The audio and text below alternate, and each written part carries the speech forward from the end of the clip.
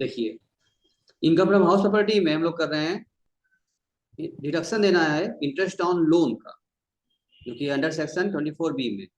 तो आपने मकान बनाने के लिए, हाउस प्रॉपर्टी बनाने के लिए लोन लिया है। अब वो चाहे वो बनाने के लिए हो, परचेज करने के लिए हो, परचेजिंग है, कंस्ट्रक्टिंग है, रिकंस्ट्रक्टिंग है ना, जो परचेज के लिए हो और कंस्ट्रक्शन के लिए हो या रिकंस्ट्रक्शन या रिपेयर के लिए हो, प्रॉपर्टी जो आपने लोन लिया है उस पर आपको रिडक्शन अलाउड होता है। किस पर? एक्रूअल बेसिस पर। तो जानते हैं आप लोग क्या होता है, ठीक है। बस ये हो गया, आपको पेमेंट मिल जाएगा। बट कह रहा है नोट 1 में, interest on unpaid interest is not deductible. दो देख रहे हो क्या लिख रहे हैं यहाँ पर, इंटरेस्ट ऑन अनपेड इंटरेस्ट। क्या मतलब हुआ इसका? यानी कि यार आपका पैसा बैंक क्या करता है, कंपाउंडिंग इंटरेस्ट चार्ज करता है। कंपाउंडिंग में आप जानते हैं ना, इंटरेस्ट में कैसे जाना, ब्याज पे ब्याज कितना बोलते हैं, कंपाउंडिंग। तो आपने अगर किस जमा नहीं किया है तो आपका ब्याज चार्ज हुआ है, तो अगले महीने फिर क्या हो जाएगा, अब बकाया अमाउंट फिर ब्याज चार्ज होगा। यानी कि इंटरेस्ट पर भी इंटरेस्ट लग जाता है, इसी को बोलते हैं कंपाउंडिंग इंटरेस्ट, चक्रवृद्धि ब्याज बोलते हैं इसको। तो जो इंटरेस्ट पर इंटरेस्ट लग जाएगा वो आपको छूट नहीं मिलेगा। गवर्नमेंट कह रही है, इनकम टैक्स डिपार्टमेंट कह रहा है कि ठीक है हम आपको छूट देंगे, रिडक्शन देंगे, लेकिन किस पर देंगे, इंटरेस्ट ऑन लोन। जो आपने लोन लिया है उस पर जो आपका इंटरेस्ट बनता है, आपने इंटरेस्ट दिया है, वो आपको छूट दे देंगे, अब लेस कर लीजिएगा। लेकिन अब इंटरेस्ट पर भी इंटरेस्ट लग जा रहा है अगर कंपाउंडिंग, उसको छूट नहीं देंगे हम। इसलिए आप समय से इंस्टॉलमेंट पेमेंट करते हैं, इसका मतलब यही है। जो लोग समय से पेमेंट नहीं करते हैं उनका बकाया लंबा हो जाता है, ड्यूज अमाउंट बढ़ जाती है, तो इंटरेस्ट बढ़ता रहता है और इंटरेस्ट पर भी इंटरेस्ट लग जाता है। तो जो इंटरेस्ट पर इंटरेस्ट लगेगा वो छूट नहीं मिलेगा। बात समझ में आ गई? और जो खाली इंटरेस्ट दे रहे हैं लोन पर वो छूट मिलेगा 24B के तहत। सुबह मुझे समझ आई बात यार, इसका क्या मतलब हुआ है, क्या लिखा हमने? हाँ नहीं समझ, इंटरेस्ट ऑन इंटरेस्ट समझ में आ गया ना? जी। ये बात याद रखिएगा क्वेश्चन लगाते वक्त। सेकंड, आइए सेकंड पॉइंट क्या कह रहा है हमसे, interest on a fresh loan. Interest on a fresh loan, नया लोन लिया आपने, raised merely to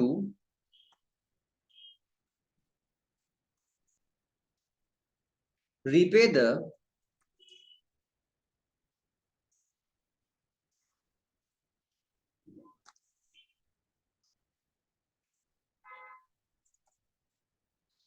the original loan taken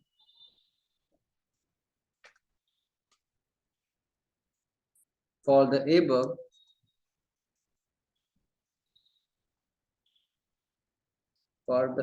purpose। मतलब जो लिखे ऊपर हम लोग अभी, ये परचेजिंग कंस्ट्रक्शन वाला, above purpose is allowable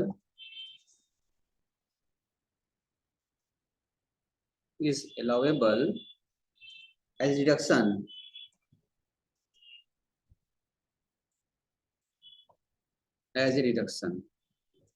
under this section।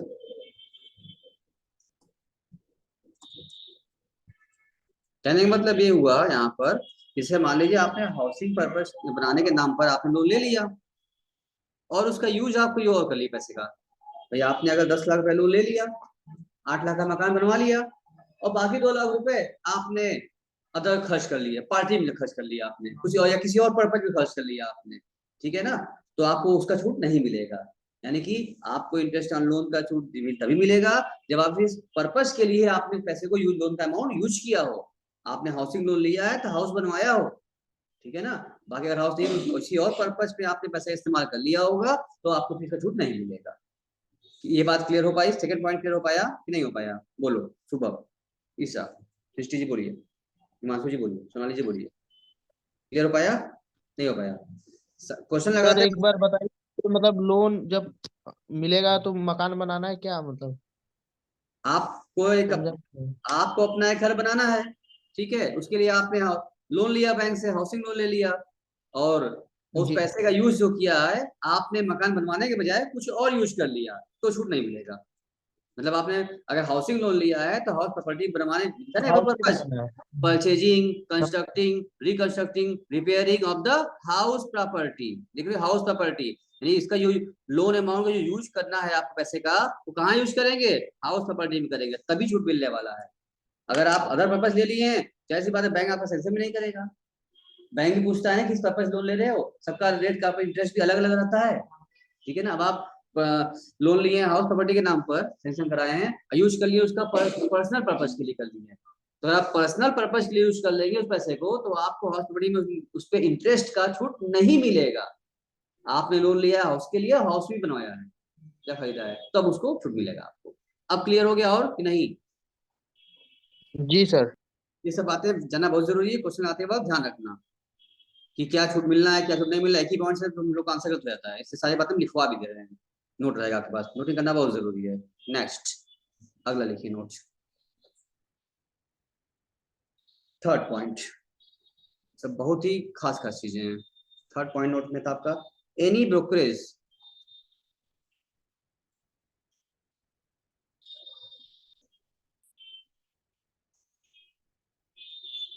Any brokerage, brokerage क्या होता है?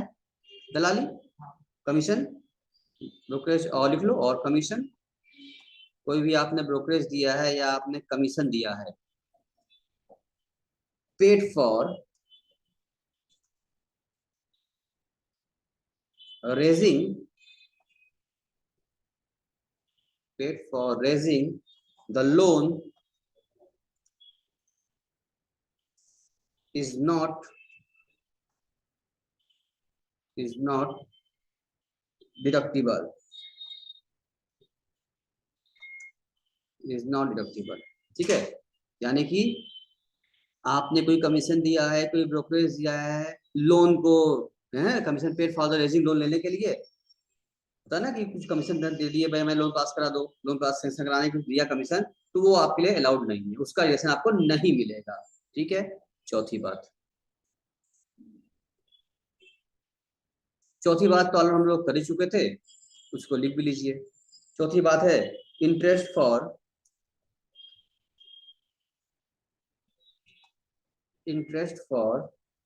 Pre acquisition,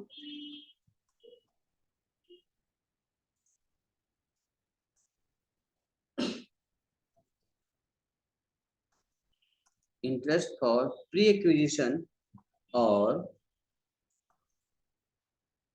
pre construction period.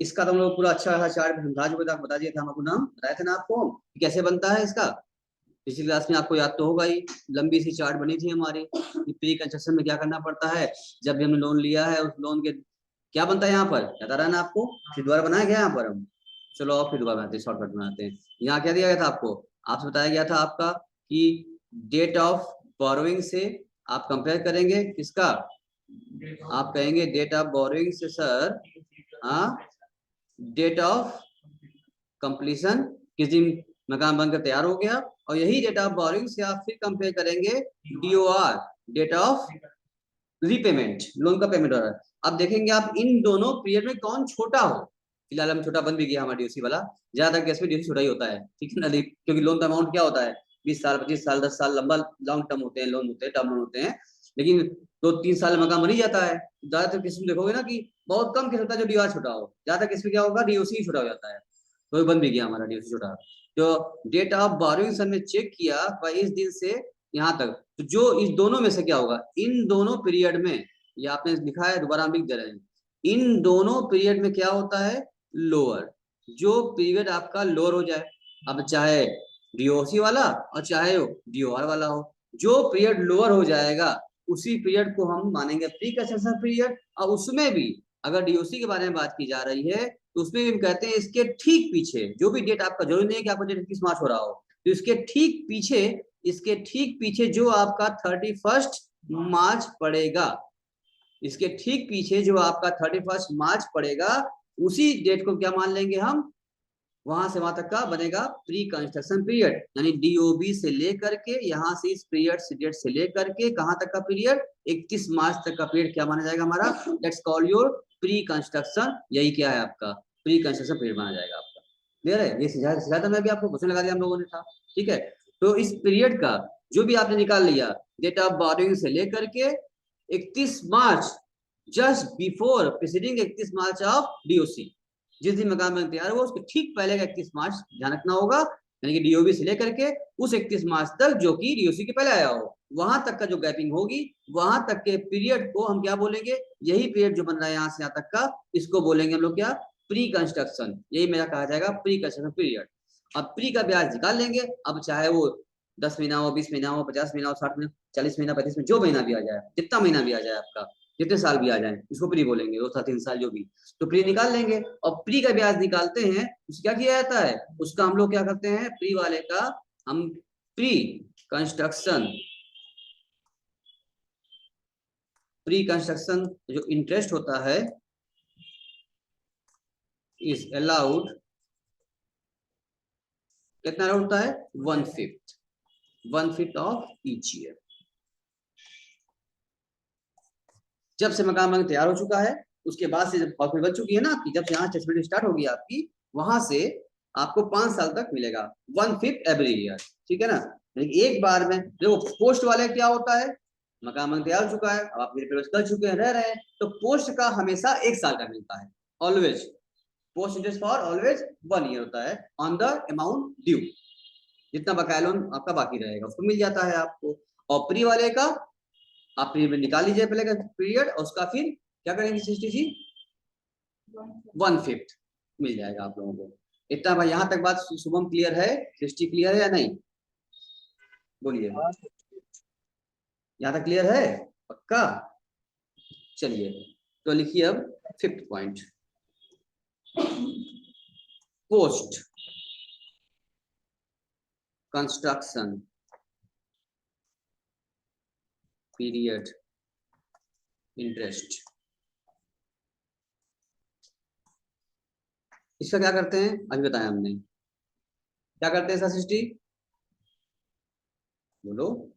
Post वाले क्या मिलता है हमेशा, पूरा मिलता है 1 साल का, ठीक है ना। Is allowed for the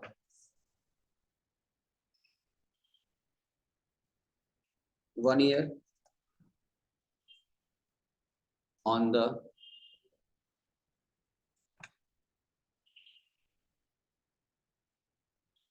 amount due, जितना आपका पैसा बचा हुआ है लोन का, ठीक है, उस बचे हुए लोन पर पूरे साल भर का आपको पोस्ट मिलता है। यानी पोस्ट के नाम पर हमेशा क्या रहेगा, 1 साल, याद रखे रहो, पोस्ट हमेशा क्या रहेगा, 1 साल का मिलेगा आपको, ना कम ज्यादा।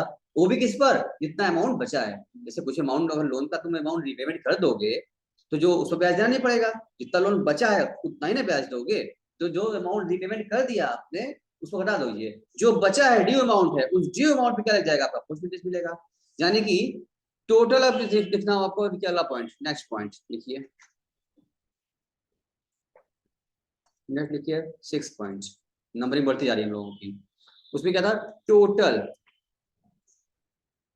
Interest allowed as deduction under section 24B। इसके तहत हम पूरा क्या अलाउ कर सकते हैं, ये भी समझ लीजिए। बताइए क्या अलाउ कर सकते हैं इसमें हम लोग टोटल में। हाँ, इसमें क्या होता है, 1/5 of pre plus interest of post period. ठीक है, इन दोनों को जोड़ दीजिए, और जोड़ने के बाद जो वैल्यू आती है, यही वैल्यू क्या हो जाएगी आपके लिए, मिलेगी आपको। यानी प्री और पोस्ट दोनों मिला करके ही हमको 24B अलाउेबल होता है। प्री का 1/5 अगर फॉलो कर रहा है, और पोस्ट वाले का अब लिखा हमने 1 साल के लिए। अमाउंट ड्यू पर निकाल लीजिए, प्री का अलग निकाल लीजिए, 1/5 निकाल लीजिए, पोस्ट का अलग निकाल लीजिए, दोनों को जोड़ दीजिए, जो टोटल आता है आपका वही क्या मिलेगा आपको, 24B के तहत आपको छूट इसका मिल जाएगा। आई थिंक सारी बातें आपको क्लियर हो चुकी हैं, बहुत सारी बातें कल भी क्लियर हो गई थी आप लोगों को, और बहुत सारी आज भी और क्लियर हो गया? बस आपने एक सीक्वेंस में आपने नोट्स भी बना लिया, जो कि हमेशा आपको काम आने वाला है। कभी भूल जाओ तो पेज खोलोगे अपना कॉपी तो में याद आ जाएगा सब कुछ। बना लिए, लिख लिए, बोलो शुभम। कोई दिक्कत हो तो मुझसे डिस्कस कर सकते हो अभी, क्योंकि हमने सोचा आज आपका अच्छा खासा नोट्स बनवा देंगे, क्योंकि क्वेश्चन फिर लगाते रहेंगे हम लोग। बोलो, कोई दिक्कत हो तो बताओ हमको। Any queries there? देन आज शुभम, ईसा, दृष्टि, पूछ लीजिए। सोनाली जी, सोनाली कुछ पूछना चाह रही है उसमें से? क्लियर है सब बात? आपका भी क्लियर है सब बात? चलिए हिमांशु जी का। शुभम बोलोगे? ईसा कुछ पूछना है, नहीं बोलना है? नहीं सर। चलिए तो अब आगे बढ़ जाते हैं, कुछ क्वेश्चन लगा लेते हैं हम लोग। आओ चलो, देखिए question.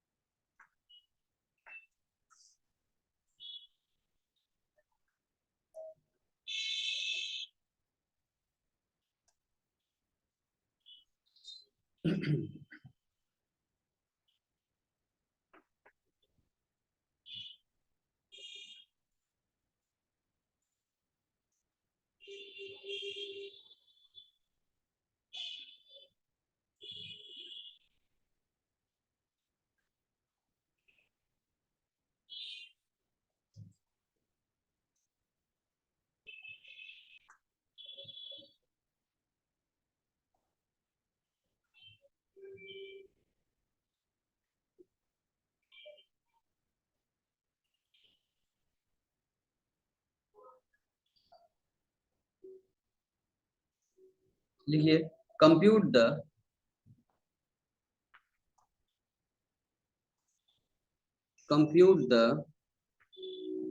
amount of interest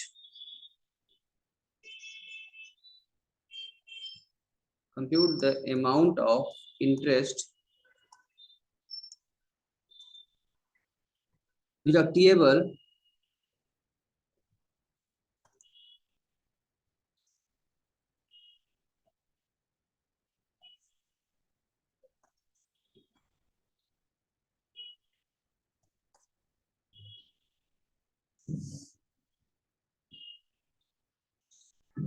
for the previous year, for the previous year 21 2021 22, assuming the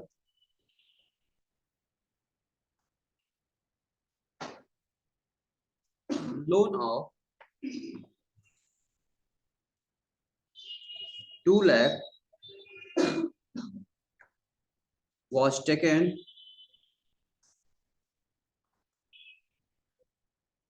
for the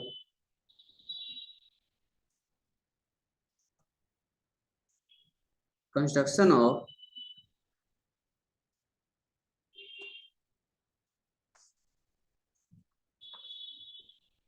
the house at the rate of 12% per annum.